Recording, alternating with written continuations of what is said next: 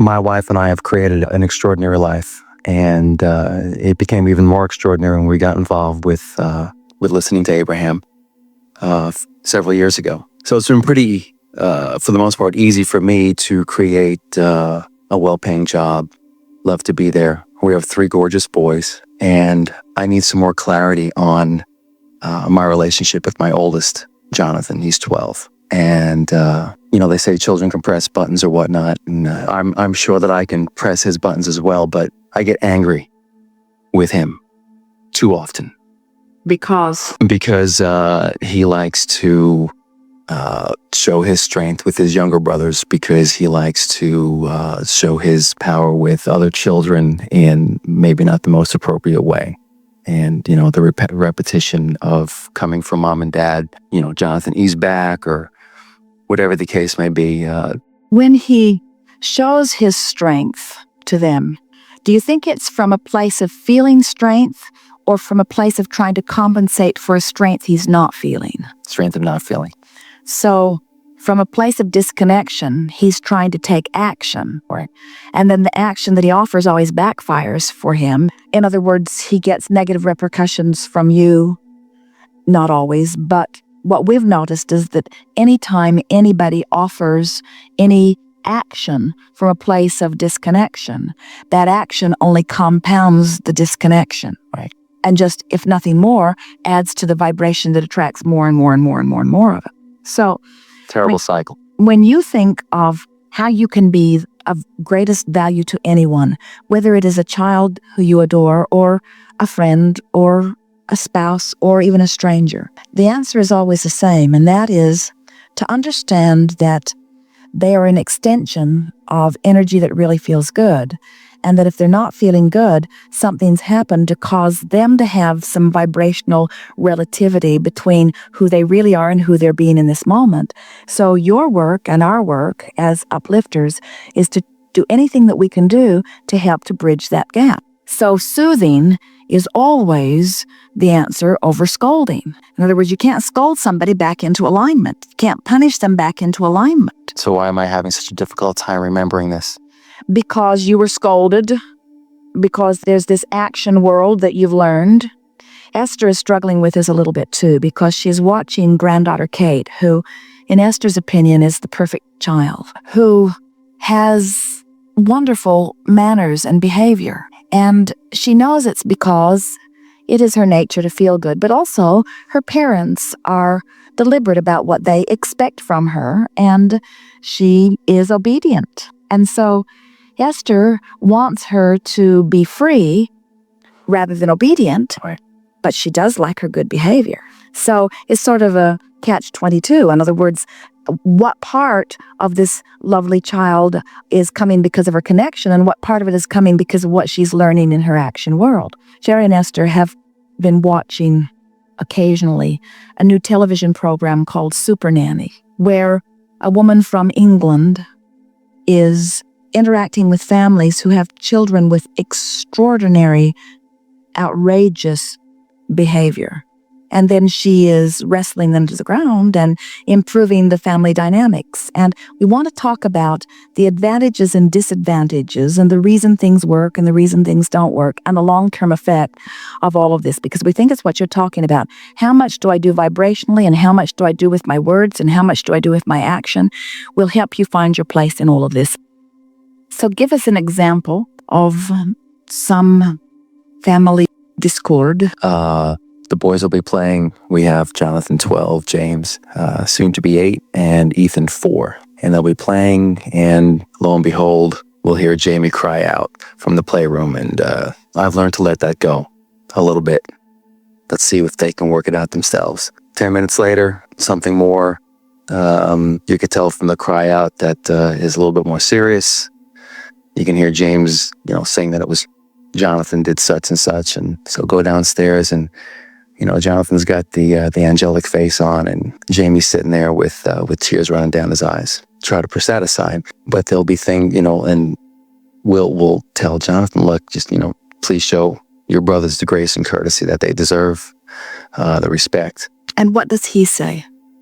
Yes, he agrees, but it happens on a somewhat regular basis. We would like to hear about something you witnessed, because when you are coming in after the fact, you don't really know what vibrations led up to it. In other words, even if your oldest really was stepping out of line, often, in fact, always, everything that happens between any two or three or however many is a co-creation. Right. And nobody ever gets something that they're not a vibrational match to. Now, we know in this physical world, it is so easy to see the big one beating up on the little one. But there's some reason that the big one wants to beat up on the little one. And it's not always something overt that you can see. In other words, sometimes it's vibrational. It's an interesting thing with children, especially children who are siblings, especially children who are living wonderful lives like your children are. There is a degree of competition that they feel for the attention and the adoration of parents. And without even meaning to, very often, they are vying for that positive attention. So it's a very common thing, and we can feel some of this here, that there is some co-creating going on, but the tendency for parents is to always assume that the oldest one should be the one who knows better. Well, the oldest one might know better in terms of action, but it's hard to really know better in terms of vibration. Here is a room full of adults that are still trying to find their way into awareness of vibration. And so what if you were interacting with someone who was vibrationally extracting from you something that you really did not want to give them, but they were so determined in their expectation of it that they just brought, have you ever said something and then later said, I don't know what got into me, that's not who I usually am. So sometimes a situation can get going like that, where you offer something that you know better, that you didn't mean to offer, and then it is compounded by the fact that then the younger one gets the reward that he is now looking for. He is discovered a way that he can become the favorite one by stirring things up enough that then the other one gets in trouble. And it's interesting because your older child has just given up on anything really fair coming out of it. And then the more injustice he feels, then the more he begins to respond. In other words, you hear people say, and really mean it, well, I didn't commit the crime, I was just accused of it, so now I'm going to commit it because I've been accused of it anyway. I might as well enjoy the benefit of at least getting to do what I'm being blamed for doing. There's some of all of that going on. And here is the thing that we most want you to hear. You parents are the ones that are in the most uncomfortable place at all as you put yourself in the place of believing that you should be the arbitrator, because it is very, very difficult to sort out the vibrations that are at the heart of what's happening.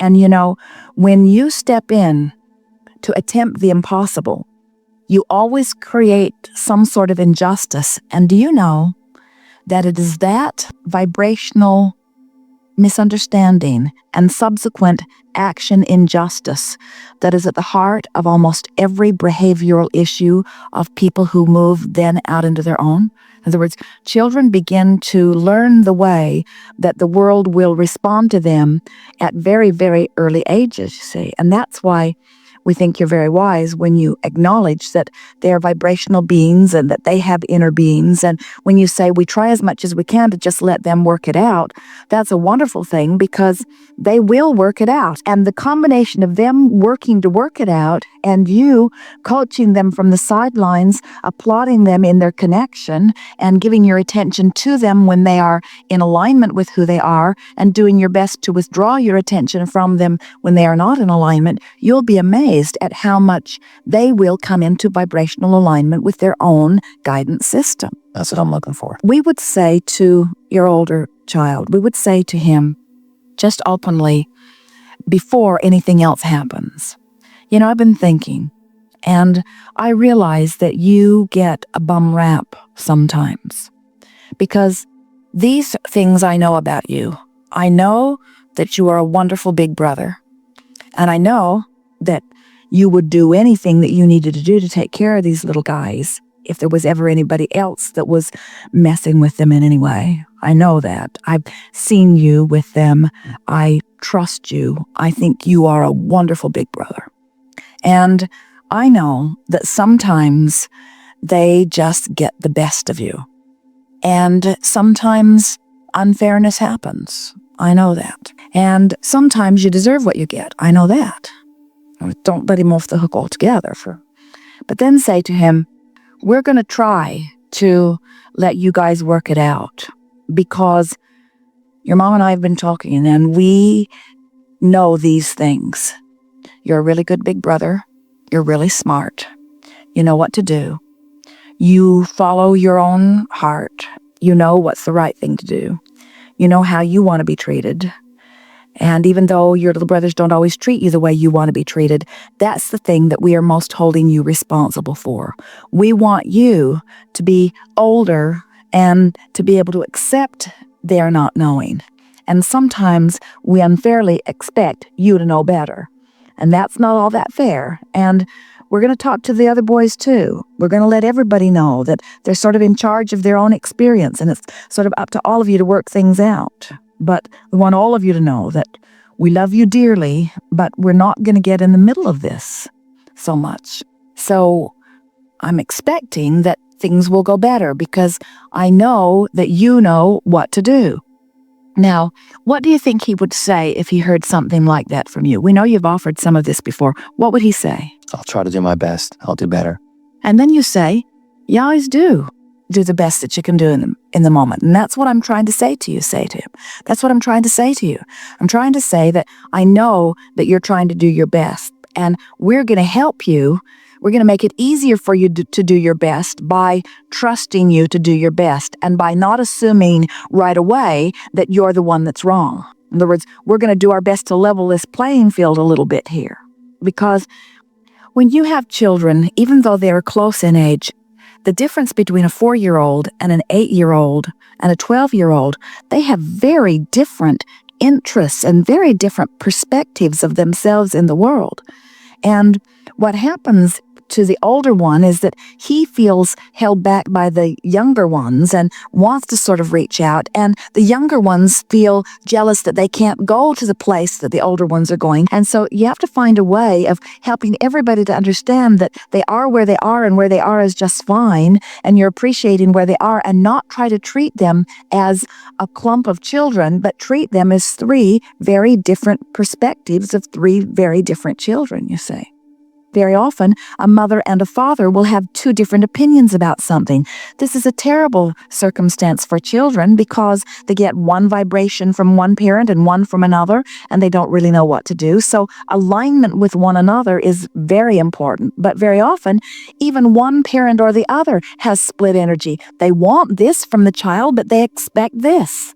And very often a parent would say, well, the reason I expect this is because this is what the child has been giving me. And we say, well, don't let them train you into your vibration about them. You get off when they're not doing that and train your own vibration. You could look at anyone, and with enough practice and with enough looking at the positive aspects of that person, you could train into your vibration only the best of anyone.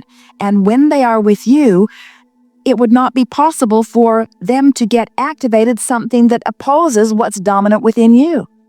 But if you've got good stuff about your kids active in you and stuff you don't want activated within you, then it's sort of a crapshoot. In other words, you can get a little bit of anything, and depending on how they feel, then it seems like their vibration rules the day.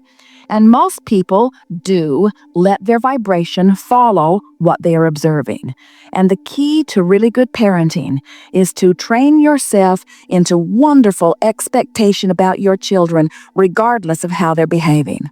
And once you're really into that knowledge of these magnificent children, and you feel that way, we can feel that about about the way you feel about your children. Once you really feel that way, and then you begin offering words to them, such as, I know who you are, I watch. Can you imagine how your 12-year-old would feel if the little one is squabbling and you walk into the middle of the situation and you just ask your older one to come with you, and as you're walking up the stairs together, you say to him, you get a bum rap, I thought I'd help you escape from this. And he would look at you like, you gotta be kidding, you're taking my side, you're believing in me? How good that feels. Whether he really deserves it or not, how good that feels, you see.